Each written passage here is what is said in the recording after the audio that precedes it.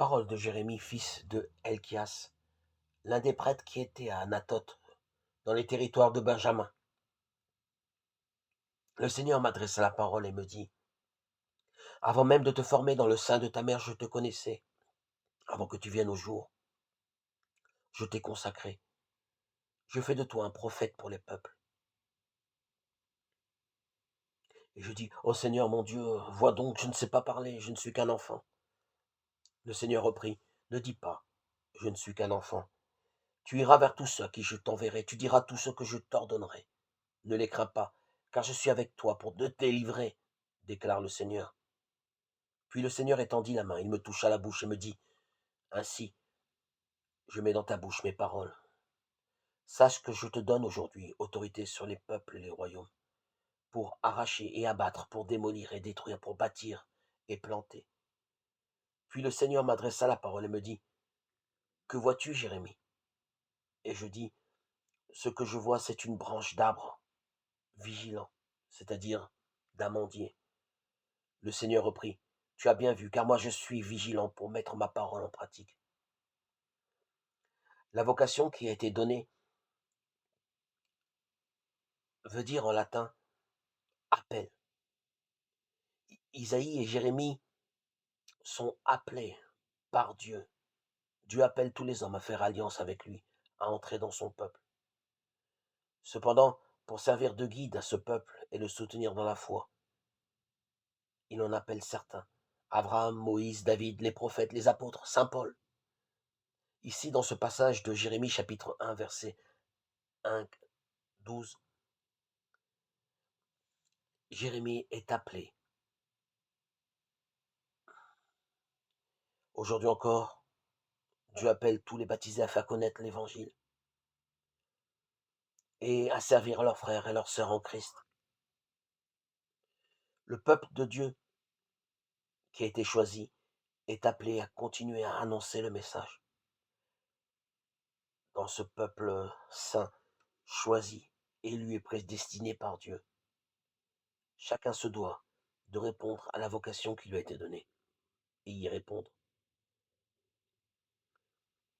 Par exemple, en enseignant, en étant membre d'un mouvement chrétien, d'une association. Nous sommes tous appelés à remplir un service dont nos communautés, nos assemblées ont absolument besoin.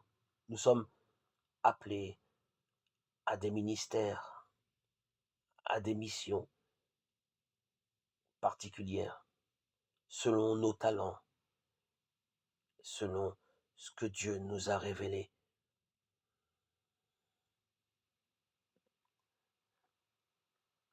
Et seule la fidélité à la parole peut nous permettre d'être en contact avec cet Esprit de Dieu que nous avons reçu à notre baptême et nous permettre de connaître, de discerner quelle est notre mission, quel est notre rôle sur terre, dans ce pèlerinage que nous avons à accomplir. Ne laissons pas notre âme en exil. Laissons-la portée par le Seigneur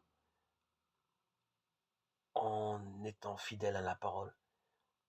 Nous restons en contact et reliés à Dieu. Par son esprit, nous pouvons enfin savoir pour qui, pourquoi nous sommes sur terre, notre raison d'être, le sens à notre vie. La réponse à toutes nos souffrances, nos maux est rétablie par cet Esprit Saint si nous lui restons fidèles. Il nous guérira comme moi il m'a guéri, alors que j'ai vécu pendant 34 ans dans une bipolarité affligeante, chaotique, avec des sauts d'humeur et des troubles d'humeur.